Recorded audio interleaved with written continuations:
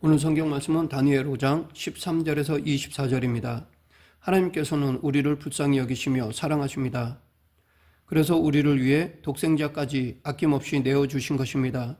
이렇게 우리를 사랑하시며 아끼시는 하나님께서는 때로 우리가 범죄할 때도 즉시 심판하지 않으시고 참아주시며 돌이키기를 기다려주십니다. 그런데 문제는 사람들이 하나님의 사랑과 인내를 오해한다는 것입니다.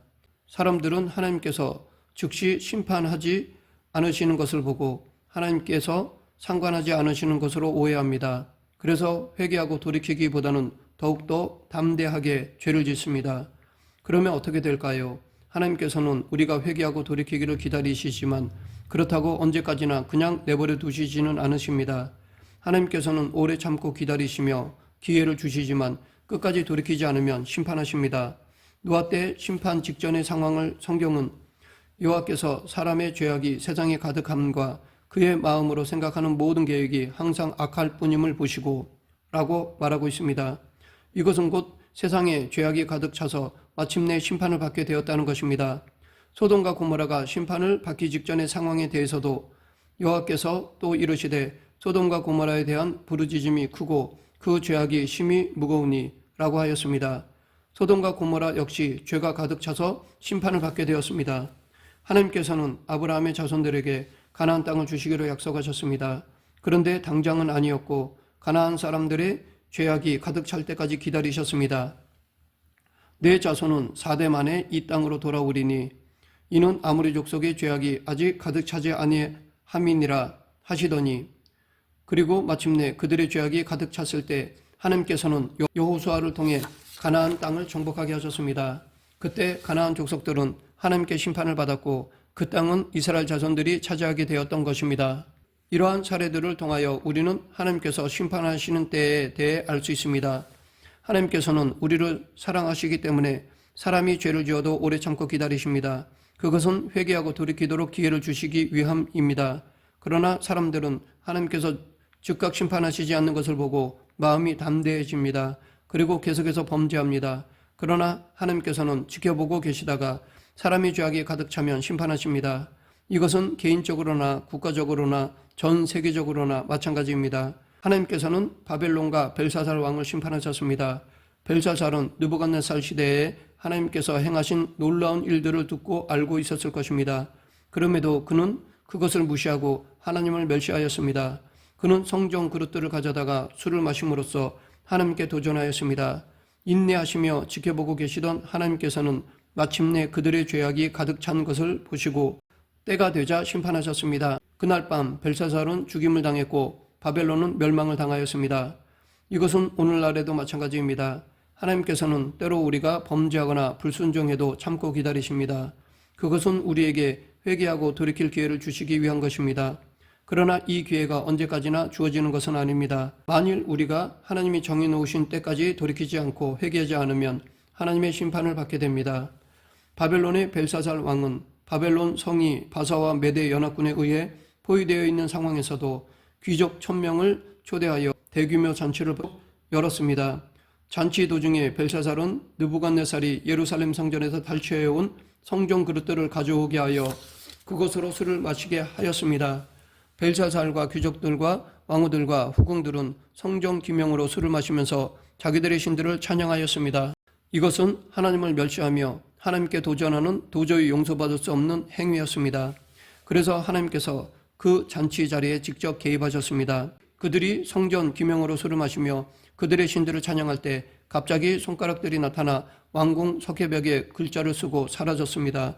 그러자 그 순간 잔치의 흥은 깨지고 연회장은 공포와 혼란의 도가니 속으로 빠져들어가고 말았습니다. 악한 자들이 하나님을 대적하며 즐거워할 때 하나님께서 이를 보시고 가증스럽게 여기셨습니다. 벨사살은 느부갓네살 왕 때 일어난 일들을 잘 알고 있었습니다. 과거 느부갓네살은 교만하다가 하나님께서 행하신 일들을 겪고 나서 하나님을 두려워하였습니다. 그러나 그 사건을 알면서도 벨사살은 하나님을 무시했으며 성전 그릇들을 가져다가 그것으로 술을 마셨습니다. 그런데 손가락들이 나타나 벽에다 글자를 쓰고 사라지자 벨사살은 느부갓네살이 그토록 두려워하던 일들이 모두 사실이었음을 알게 되었습니다. 그리고 그것 때문에 벨사살은 두려워서 초주검이 되고 말았습니다. 벨사살 왕과 거기 모인 사람들이 더욱 더 두려워했던 것은 그 글자를 아무도 읽거나 해석할 수 없다는 것이었습니다. 벨사살 왕은 바벨론의 모든 지혜자들과 술객들을 불렀지만 아무도 그 글자를 읽거나 해석하지 못하였습니다. 그러자 벨사살은 더욱 두렵고 초조해하여 죽을 지경이 되었습니다. 그때 태후가 연회장에 들어와 두려워하는 벨사살 왕에게 다니엘을 추천하였습니다. 그것이 오늘 본문 13절부터 15절입니다. 벨사살은 전부터 다니엘에 대해 잘 알고 있었습니다. 왜냐하면 벨사살은 어렸을 적부터 하나님께서 다니엘을 통해 행하신 놀라운 일들을 듣고 보며 자랐기 때문입니다. 그러나 왕이 된 후 벨사살은 그런 것에 관심을 두지 않았습니다. 그는 하나님을 무시하고 느부갓네살이 하나님을 두려워하며 찬양했던 것을 기억하지 않았습니다. 벨사살은 다니엘에게 왕궁 벽에 쓰인 글자를 해석해 달라고 하면서 상을 약속했습니다. 16절 내가 내게 대하여 들은즉 너는 해석을 잘하고 의문을 푼다 하도다. 그런즉 이제 내가 이 글을 읽고 그 해석을 내게 알려주면 내게 자주색 옷을 입히고 금사슬을 내 목에 걸어주어 너를 나라의 셋째 통치자로 삼으리라 하니 조금 전까지만 해도 술에 취해 하나님을 멸시하며 조롱하던 벨사살과 그 잔치에 참여했던 사람들은 두려움으로 얼굴이 창백해진 채 안절부절 못하며 오직 다니엘만 초조하게 바라보게 되었습니다. 그러나 다니엘은 벨사살에게 왕궁 벽에 쓰인 글을 해석해 주겠지만 왕이 약속한 상은 사양하였습니다. 그러면 다니엘이 왜 왕이 주려고 하는 상을 거절했을까요? 다니엘에게는 그런 것들이 중요하지 않았기 때문입니다. 그에게는 하나님의 뜻을 전하는 것이 중요했기 때문입니다. 그리고 그 모든 영광은 하나님 홀로 받으셔야 하기 때문입니다. 이러한 다니엘의 자세는 오늘 우리에게 큰 도전을 준다고 하겠습니다. 정부와 국회 그리고 사회 각처에 그리스도인들이 많이 있습니다. 그러나 그 중에 실제로 자신의 출세와 이익보다 하나님의 뜻을 분명히 나타내는 것을 더 중요하게 여기는 사람이 얼마나 있는지 궁금합니다.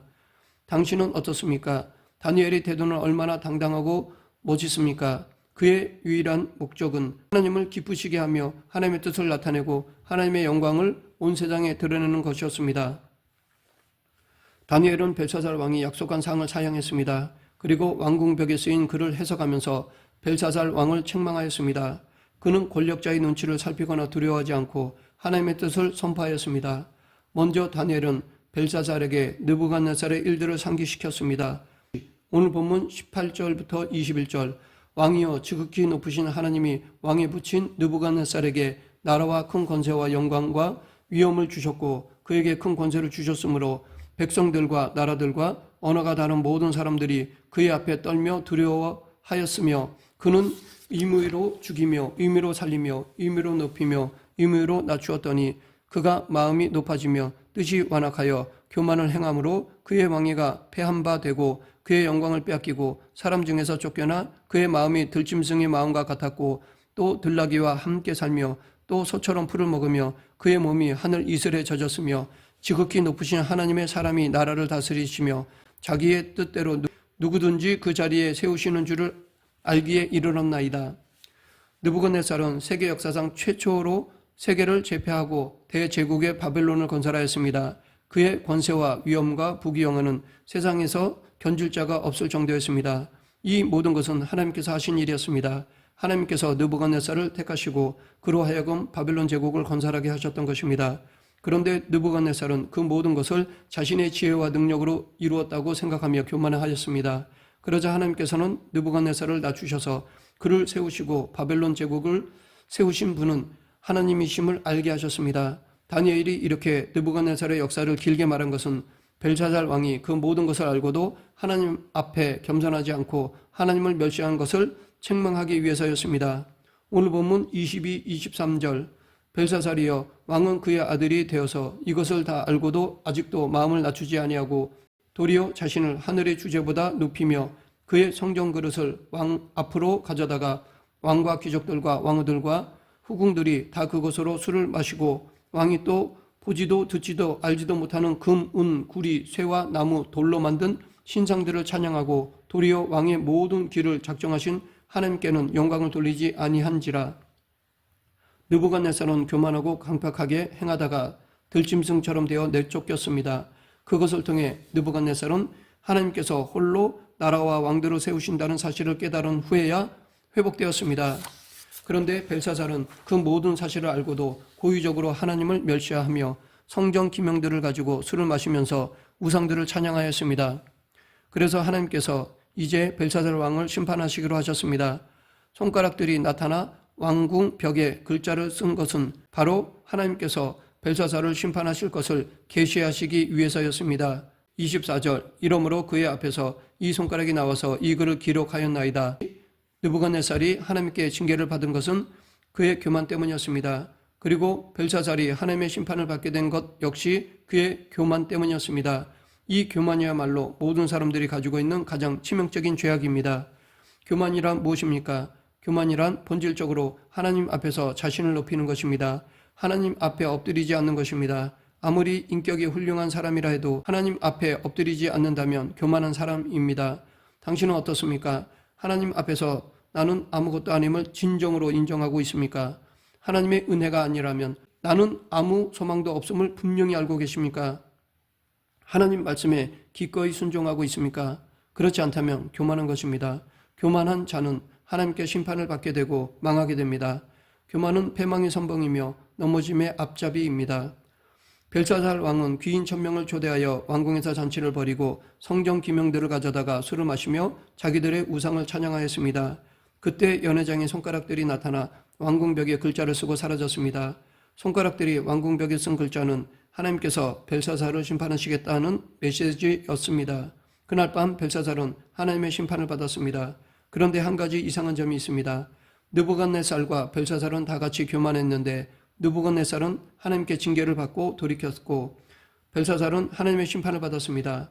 벨사살에게는 회개의 기회가 주어지지 않았습니다. 그러면 이 둘 사이에 무슨 차이가 있는 것일까요? 느부갓네살은 교만하여 7해 동안 하나님의 징계를 받고 회심하여 하나님을 두려워하는 자가 되었습니다. 느부갓네살은 교만하고 강팍했지만 의도적으로 하나님을 모독하지는 않았습니다. 그는 하나님을 모르고 교만했으며 악을 행하였습니다. 그러나 하나님을 분명히 알고 난 후에는 돌이켰습니다. 반면에 벨사살은 하나님께서 느부갓네살에게 행하신 놀라운 일들을 다 알고 있었습니다. 그럼에도 불구하고 그는 의도적으로 하나님을 무시하고 멸시하였습니다. 알고도 의도적으로 하나님을 대적했기 때문에 회개할 기회를 얻지 못하고 심판을 받은 것입니다. 이 둘의 차이는 바로 이것입니다. 모르고 하나님을 대적했느냐, 알고도 의도적으로 하나님을 대적했느냐 하는 것입니다. 오늘 우리는 어떻습니까? 우리는 이미 하나님을 믿고 구원을 받은 사람들입니다. 우리 중에 하나님을 모르는 사람은 없습니다. 그렇다면 우리의 교만과 불순종은 의도적인 경우가 많다고 할 수 있습니다. 이렇게 알고 짓는 죄는 책임이 더 큽니다. 하나님께서는 우리를 오래 참아 주십니다. 그리고 돌이키기를 기다리고 계십니다. 말씀을 통해 그리고 양심을 통해 죄를 지적하시거나 책망하십니다. 때로는 어떤 사건이나 이를 통해 경고하시기도 하십니다. 그리고 기다리시며 지켜보십니다. 그러나 하나님께서 언제까지나 그렇게 참으시고 기다리시지는 않습니다. 죄악이 가득 차면, 즉 하나님의 때가 되면 하나님의 자비도 끝이 납니다. 그러면 우리에게 무서운 심판이 임하게 됩니다. 그러하기에 우리는 하나님께서 아직 참고 기다리실 때, 아직 기회를 주실 때 회개하고 돌이켜야 합니다. 말씀을 맺겠습니다. 이사야 55장 6절 7절 너희는 여호와를 만날 때에 찾으라. 가까이 계실 때에 그를 부르라. 악인은 그 길을, 불의한 자는 그 생각을 버리고 여호와께로 돌아오라. 그리하면 그가 긍휼히 여기시리라.